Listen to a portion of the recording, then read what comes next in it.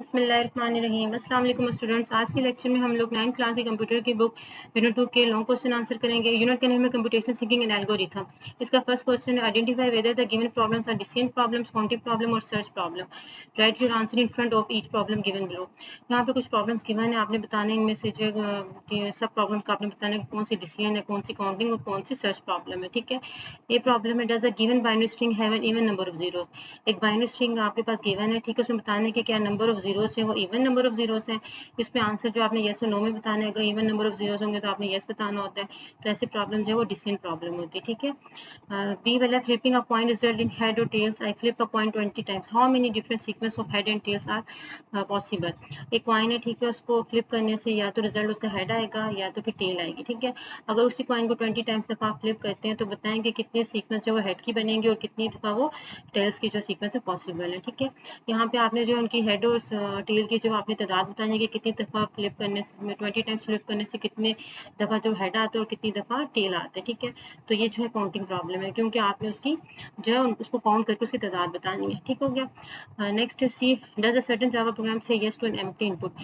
एक certain Java program जो है एक खास किस्म का जावा प्रोग्राम है जिसमें जो एम्प्टी इनपुट हो तो वो येस, क्या वो येस के उस एम्प्टी इनपुट में कहता है। ठीक है, ये डिसीजन प्रॉब्लम है, तो यहाँ पे भी आपने बताना है कि उस एम्प्टी इनपुट के ऊपर जावा का जो प्रोग्राम है वो येस कहेगा। तो आपने इसका भी आंसर जो येस और नो में देना है, तो ये ऐसी प्रॉब्लम जो वो डिसीजन प्रॉब्लम होती है। ठीक हो गया। नेक्स्ट है how many ways can the letters of the word triangle be arrange. यहाँ पे एक वर्ड ट्रायंगल है, इसमें कह रहा है कि कितनी दफा जो है कितने तरीकों से जो इस ट्रायंगल को जो है वो अरेंज किया जा सकता है। ठीक है, अब यहाँ पे जो ट्रायंगल को कितने वे के साथ जो है कितने तरीकों से इसके जो लेटर्स उनको अरेंज कर सकते हैं। तो ये जो अब आपने वो उनकी तादाद बतानी है, तो ये कौन सी प्रॉब्लम है, काउंटिंग प्रॉब्लम है। ठीक हो गया। Next last and queen's problem where the goal is to place 8 queens on a class board such that no queen attack any other. अब क्वींस प्रॉब्लम है जिसमें आपने बताना है कि क्लास बोर्ड में आपने 8 क्वींस को इस तरह से उनको प्लेस देनी है कि जो वो एक दूसरे पर अटैक ना कर सके। ठीक है, इसके लिए आपने वो प्लेस सर्च करनी है। तो ऐसी प्रॉब्लम जिसके लिए आपने कोई सर्चिंग करनी हो तो ऐसी प्रॉब्लम को हम कहते हैं सर्च प्रॉब्लम। अच्छा, अगर सिंपल इन सारी प्रॉब्लम को देखा जाए तो यहाँ पे अगर जिन प्रॉब्लम्स के साथ जो है डस का मतलब उसका क्वेश्चन जो डस से स्टार्ट होता है, ठीक है, क्या कह करके आपने उसमें डिसीजन लेना होता है यस और नो में। तो जहाँ पे डस से क्वेश्चन स्टार्ट हो तो वो डिसीजन प्रॉब्लम होती है, जैसे ए देखें वो भी डिसीजन प्रॉब्लम थी और सी भी डिसीजन प्रॉब्लम है। ठीक है, और ऐसी प्रॉब्लम जहाँ पे हाउ मेनी किसी चीज़ की तादाद पूछी जाए, ठीक है, जिसमें आपको काउंटिंग करनी पड़े, ऐसी प्रॉब्लम को कहते हैं काउंटिंग प्रॉब्लम। जैसे देखें बी वाली, इसमें हाउ मेनी का वर्ड यूज़ किया गया था। ठीक है, तादाद बतानी थी, आपने काउंटिंग करनी थी, तो ये बी और ये जो डी है कि काउंटिंग प्रॉब्लम है। ठीक है, और सर्च प्रॉब्लम कौन सी होती है, जहाँ पे वेयर करके है, जहाँ पे आपने कोई चीज़ सर्च करनी हो, जहाँ पे क्वेश्चन जो है वो वेयर के साथ जो है वो पूछा जाए। ठीक है, तो ऐसी प्रॉब्लम को कहते हैं सर्च प्रॉब्लम। अच्छा, क्वेश्चन नंबर सेकंड है, a student has to taken one course of physics, one of science and one of mathematics. He may choose one of 3 physics courses, one of 2 science courses and one of 2 mathematics courses. In how many ways can this student select the 3 courses he has to take?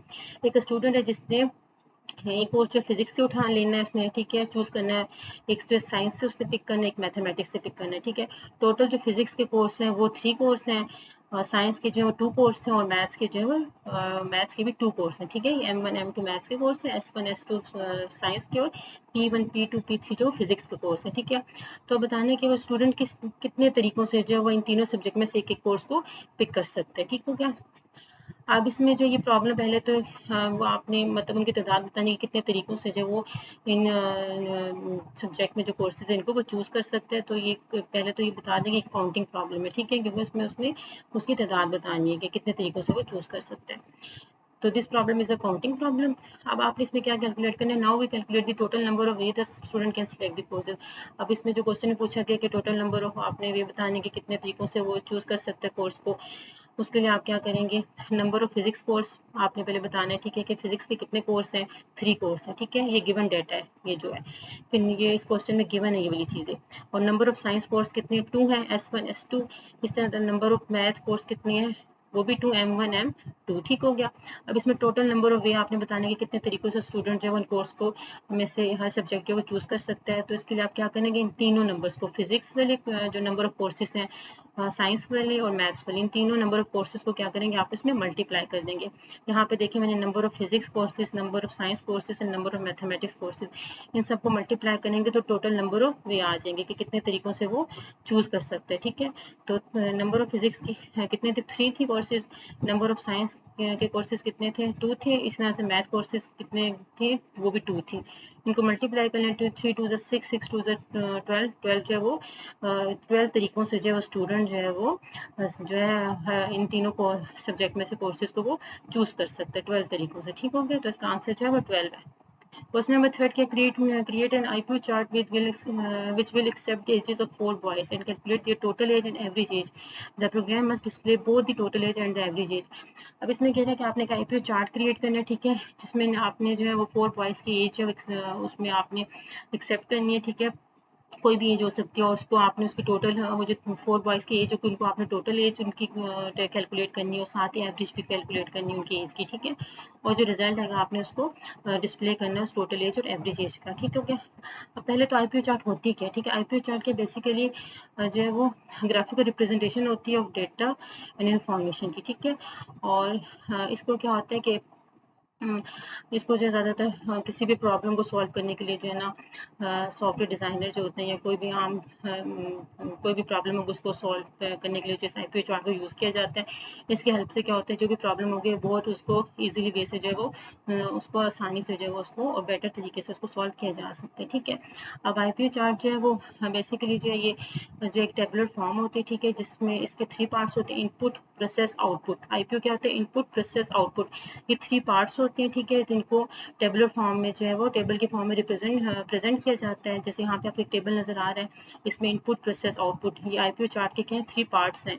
Input part क्या होता है, इसमें जो है basic जो है वो input जो है वो दी जाती है। ठीक है, सिस्टम को उस वो जो किसी यूज़र की तरफ से भी इनपुट हो सकती है, किसी फाइल के थ्रू भी इनपुट दी जा सकती है और किसी सेंसर के थ्रू भी इनपुट दी जा सकती है। ठीक है, और प्रोसेस क्या होता है कि प्रोसेस में जो इनपुट होती है उसके ऊपर फर्दर जो प्रोसेसिंग होती है उसके ऊपर ऑपरेशंस परफॉर्म होते हैं, लाइक अरिथमेटिक ऑपरेशंस हो गए।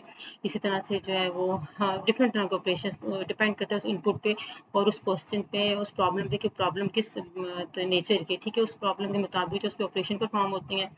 आउटपुट में क्या होता है कि वो जो प्रोसेसिंग के बाद वो जो रिजल्ट होता है जो फाइनल होती जो भी रिजल्ट होता है उसको आउटपुट में जो है वो आउटपुट में डिस्प्ले आउटपुट होता है वहाँ पे डिस्प्ले कराया जाता है ताकि जो कोई सी यूज़र के लिए किसी फाइल को जो है वहाँ पे उसके लिए जो वो डिस्प्ले कराया जाता है। ठीक हो गया, अब यहाँ पे आपने ये जो प्रॉब्लम है, ठीक है, ये 4 बॉयज़ की एज आपने कैलकुलेट करनी है और उसको एवरेज एज भी कैलकुलेट करनी है और टोटल एज भी। इसको आप कैसे आईपीओ चार्ट में आप जो है वो क्रिएट कर सकते हैं। सबसे पहले तो इनपुट प्रोसेस आउटपुट। इनपुट में क्या आ जाएगा कि जो टोटल जो 4 बॉयज़ है उन चारों बॉयज़ की जो एज ये इनपुट है। ठीक है, जो सिस्टम को दी जाएगी कि फर्स्ट बॉय की age of boy 1, age of boy 2, age of boy 3 and age of boy 4। इन चारों बॉयज़ की एज होगी। ठीक है, इनपुट दी जाएगी इसमें कि फर्स्ट बॉय की ये एज है, सेकंड की ये, थर्ड की ये, फोर्थ की ये होगी, ये इनपुट होगी। ठीक है, अब क्या होगा कि अब इस इनपुट के ऊपर क्या प्रोसेसिंग होगी। ठीक है, वो क्वेश्चन में बोला गया है कि इस पे आपने क्या ऑपरेशन परफॉर्म करने है, एक तो टोटल एज फाइंड करनी है। ठीक है, ये जो इनपुट है इस पे टोटल एज फाइंड करनी है, साथ एवरेज एज फाइंड करनी है। तो प्रोसेस में क्या हो जाएगा कि टोटल एज फाइंड करने के लिए क्या करेंगे, ये जो तीनों चारों की जो एज है इन सबको आप उसमें प्लस करेंगे। ठीक है, तो वो टोटल एज आ जाएगी और एवरेज के लिए क्या करेंगे, इन चारों की एज को जो है वो जो टोटल एज होगी उसको ये जो प्लस की हुई टोटल एज है इस टोटल एज को डिवाइड कर दिया जाएगा नंबर ऑफ बॉयज़ पे कि अगर टोटल एज फॉर एग्जांपल 20 आती, ठीक है, मैं एग्जांपल दे रही हूँ, तो उसको डिवाइड कर लेंगे नंबर ऑफ बॉयज़ कितने 4 बॉयज़ है तो उसको 4 से डिवाइड कर लेंगे। ठीक हो गया, ये एवरेज एज आ गई। अब तो ये जो प्रोसेस हो गया, इसी को जो रिजल्ट आएगा वो आपने आउटपुट पे डिस्प्ले करवाना है। तो रिजल्ट क्या था, एक तो टोटल एज फाइंड किया वो और साथ ही एवरेज एज। तो यहाँ पे आपने आउटपुट में टोटल एज भी लिख लेनी और साथ एवरेज एज भी बता देंगे। ठीक है, ये डिस्प्ले करवाना है आपने आउटपुट पे। तो ये वेरी सिंपल था, उम्मीद करते हैं आपको समझ आ रही होगी। अच्छा, next question है question number 4. Create an IP chart of a scenario that allow a user to enter in two numbers. The operation to be performed is either addition, subtraction, multiplication or division, and according the output should be given to the user. इस question में कि आपने एक IPO chart create करना है, ठीक है। किसी को एक सिनेरियो है जिसमें जो वो यूजर को अलाउ करते हैं कि वो 2 नंबर से वो इंटर करवाए, ठीक है, जो कि इनपुट होगी, और साथ ही उसको ऑपरेशन परफॉर्म करने हैं, या तो एडिशन, सब्ट्रैक्शन, मल्टीप्लिकेशन और डिवीजन का, ठीक है।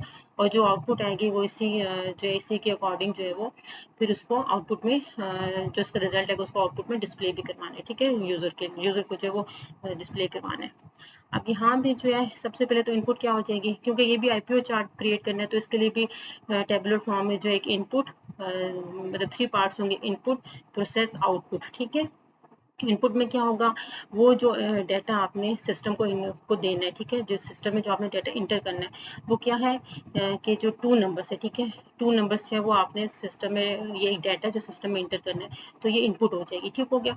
पहले लिखेंगे फर्स्ट नंबर, ठीक है, और फिर सेकंड नंबर, और इसके ऊपर जो ऑपरेशन जो है वो उसकी चॉइस पे जो परफॉर्म करने वो ऑपरेशन आ जाएगा, ठीक है। अब प्रोसेस में क्या हो गया कि इन ये जो तीनों दोनों इनपुट थी, नंबर 1 और नंबर 2, इसके ऊपर जो है कुछ ऑपरेशंस परफॉर्म होंगे, जैसे कि अरिथमेटिक ऑपरेशंस में, जैसे लाइक एडिशन, मल्टीप्लिकेशन, सब्ट्रैक्शन और डिवीजन। अब प्रोसेस के अंदर क्या हो जाएगा, वो सारे के सारे जो ऑपरेशन जो परफॉर्म करने वो सारे यहाँ पे आ जाएंगे, ठीक है। तो क्या करेंगे, सबसे पहले अरिथमेटिक ऑपरेशन जो भी है वो ऑपरेशन उसकी चॉइस डिपेंड करेगी उस अरिथमेटिक ऑपरेशन के ऊपर। पहला ऑपरेशन क्या है कि आपने एडिशन करवानी है, ठीक है।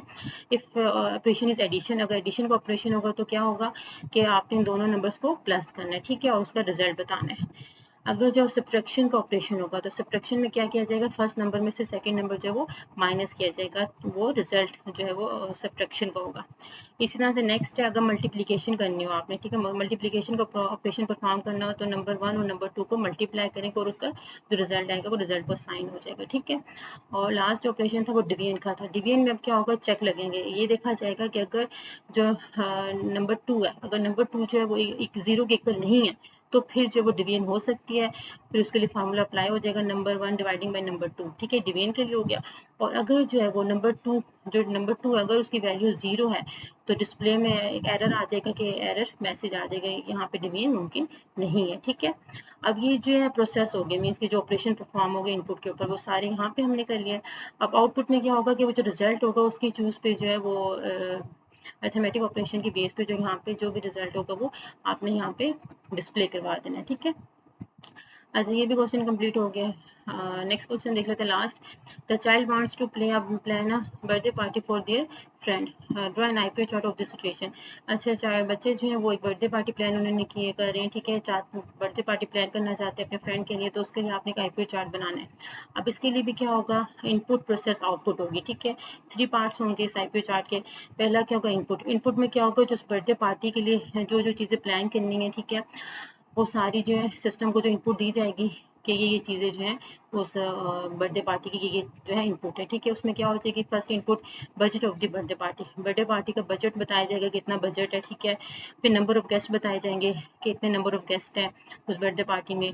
फिर जो वो प्रेफर डेट, जिस डेट को आप प्रेफर करते हैं उस बर्थडे पार्टी के लिए वो डेट बताई जाएगी। साथ ही जो प्रेफर्ड वेन्यू बताया जाएगा वो इनपुट दी जाएगी, प्रेफर्ड वेन्यू, ठीक है, क्या वेन्यू जो वो प्रेफर किया जा रहा है। इस तरह थीम ऑफ द पार्टी की, पार्टी का थीम क्या होगा इसकी इनपुट होगी।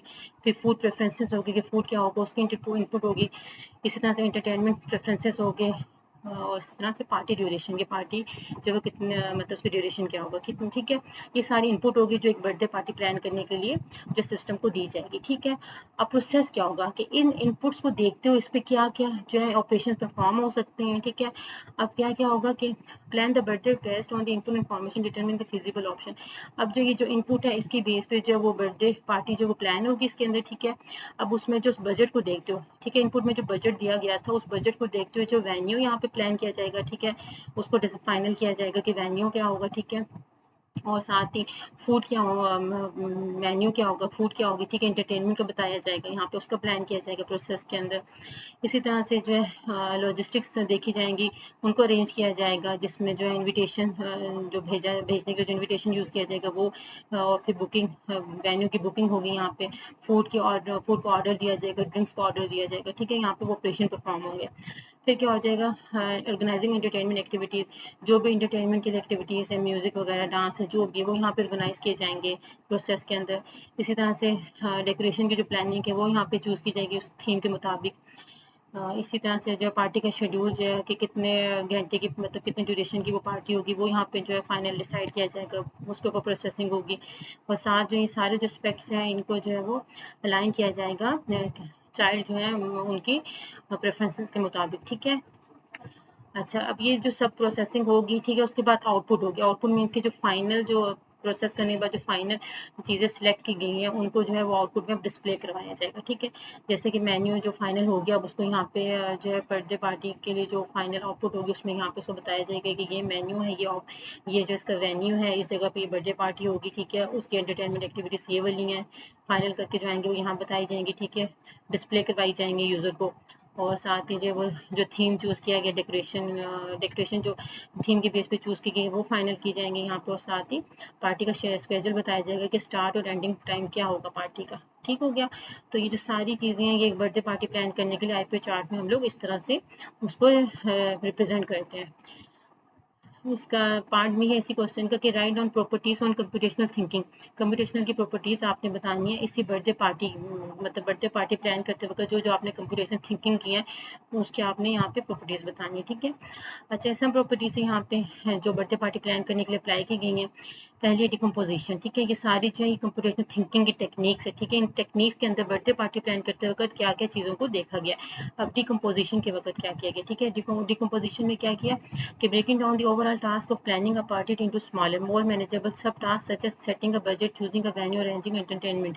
अब यहाँ पे क्या किया है कि बर्थडे पार्टी प्लान करते वक्त वो जो एक पूरा एक टास्क है, ठीक है, बर्थडे पार्टी का, उसको स्मॉलर पार्ट्स में, उसको मैनेजेबल पार्ट्स में जो उसको डिवाइड किया गया, ठीक है, उसको ब्रेक किया गया ताकि जो जिसमें बजट की सारी सेटिंग है, वेन्यू वगैरह, इंटरटेनमेंट अरेंजमेंट, उन सबको जो छोटे छोटे टास्क में ब्रेक किया गया ताकि हम उसको इजीली जो है वो वहाँ पे अच्छे से उसको मैनेज कर सके, उसको अंडरस्टैंड कर सके और उसके आगे फर्दर प्रोसेसिंग कर सके।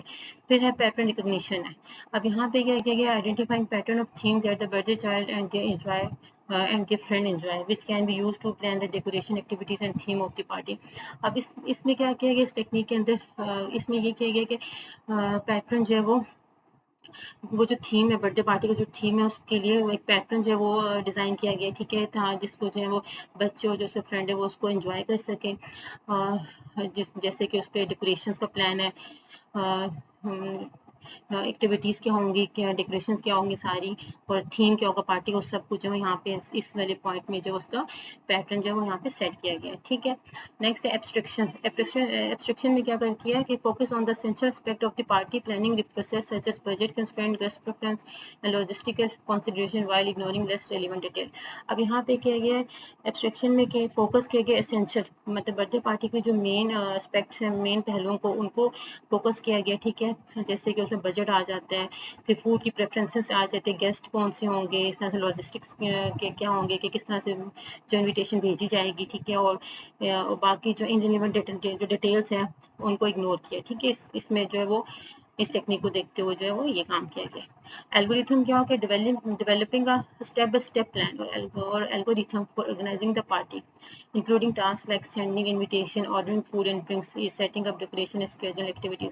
अब एल्गोरिथम में क्या किया गया कि जो भी बर्थडे पार्टी के सारे प्लान हो गए, ठीक है, उसको स्टेप बाय स्टेप जो यहाँ पे उसको स्टेप बाय स्टेप जो है वो यहाँ पे डेवलप किया गया, क्योंकि मतलब फर्स्ट स्टेप ये होगा, सेकंड ये होगा, थर्ड ये होगा, ठीक है। वो एल्गोरिथम के जरिए से जो स्टेप बाय स्टेप जो उसको सारा बताया गया, ठीक है, बर्थडे पार्टी ऑर्गेनाइज करने के लिए, ठीक है, जिसमें सेंडिंग इनविटेशन मतलब इनविटेशन जो है वो भी उसका एल्गोरिथम में स्टेप है कि सेंडिंग इनविटेशन कैसे जो इनविटेशन भेजा जाएगा, किस तरह से फूड और ड्रिंक्स जब ऑर्डर किए जाएंगे, सारी इसमें डेकोरेशन की सेटिंग वगैरह, स्केड्यूल वगैरह, एक्टिविटी सारी जो स्टेप बाय स्टेप जो यहाँ पे जो है वो प्लान की गई एल्गोरिथम में, ठीक है।